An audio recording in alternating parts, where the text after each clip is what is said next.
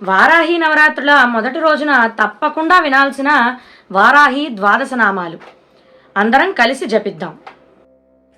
ముందుగా ద్వాదశ నామావళిని తెలియజేస్తాను. పూర్తయ్యాక అప్పుడు షోడశోపచారాల్లో దేని తర్వాత ఈ ద్వాదశ నామాలని చదవాలో కూడా క్లియర్గా చెప్తాను. కాబట్టి ముందుగా ద్వాదశ నామావళిని చెప్పుకుందాం. ఓం పంచమ్యై నమః. ఓం దండనాథాయై నమః. ఓం సంకేతాయై నమః. ఓం సమయేశ్వర్యై నమః. ఓం సమయ సంకేతాయై నమః. ఓం వారాహ్యై నమః. ఓం పోత్రిణ్యై నమః.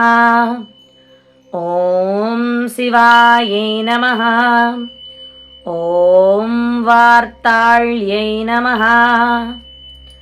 ఓం మహాసేనాయై నమః.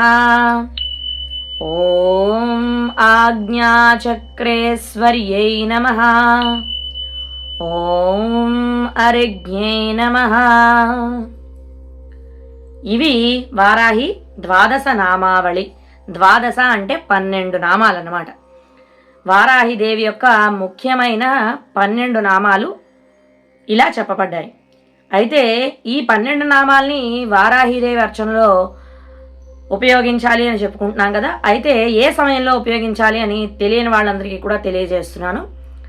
షోడశోపచారాలు అంటే ధ్యానము, ఆవాహనము, స్నానము, వస్త్రము, ఉపవీతము, అలాగే గంధము, కుంకము, తర్వాత అథాంగ పూజ చేస్తాం.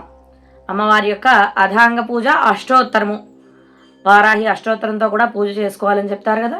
ఈ అష్టోత్తరం పూర్తయ్యాక ఈ ద్వాదశ నామావళిని కూడా చదివి అమ్మవారికి పూజ చేయాల్సి ఉంటుంది. అది పుష్పాలతో అయినా సరే లేదా కుంకుమతో అయినా సరే. ఈ అష్టోత్తరం పూర్తయ్యాక ఈ ద్వాదశ నామావళి కూడా చదివి పూజ చేసాక అప్పుడు అవకాశం ఉంటే లలితా సహస్రం వస్తే లలితా సహస్రం కూడా చేసుకోవడం, కవచం వస్తే కవచం కూడా చదువుకోవడం.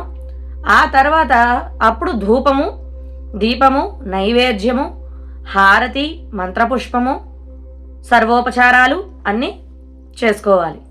కాబట్టి ఈ ద్వాదశ నామావళిని అందరూ కూడా ఇవాళ నుంచి ఈ వారాహి నవరాత్రులలో తప్పకుండా ఉపయోగించుకొని ఈ ద్వాదశ నామావళి పూజను కూడా తప్పకుండా చేసుకుంటారని కోరుకుంటున్నాను.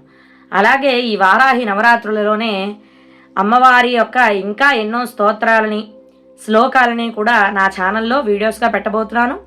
వాటన్నిటినీ కూడా మీరు విని అమ్మవారి పూజలో వాటిని ఉపయోగించుకొని సద్వినియోగం చేసుకొని ఆ వారాహి అమ్మ కృపకు పాత్రలవుతారని కోరుకుంటున్నాను.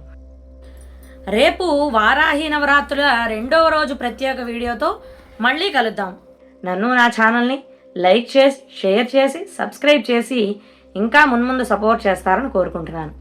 ధన్యవాదాలు. నమస్కారం.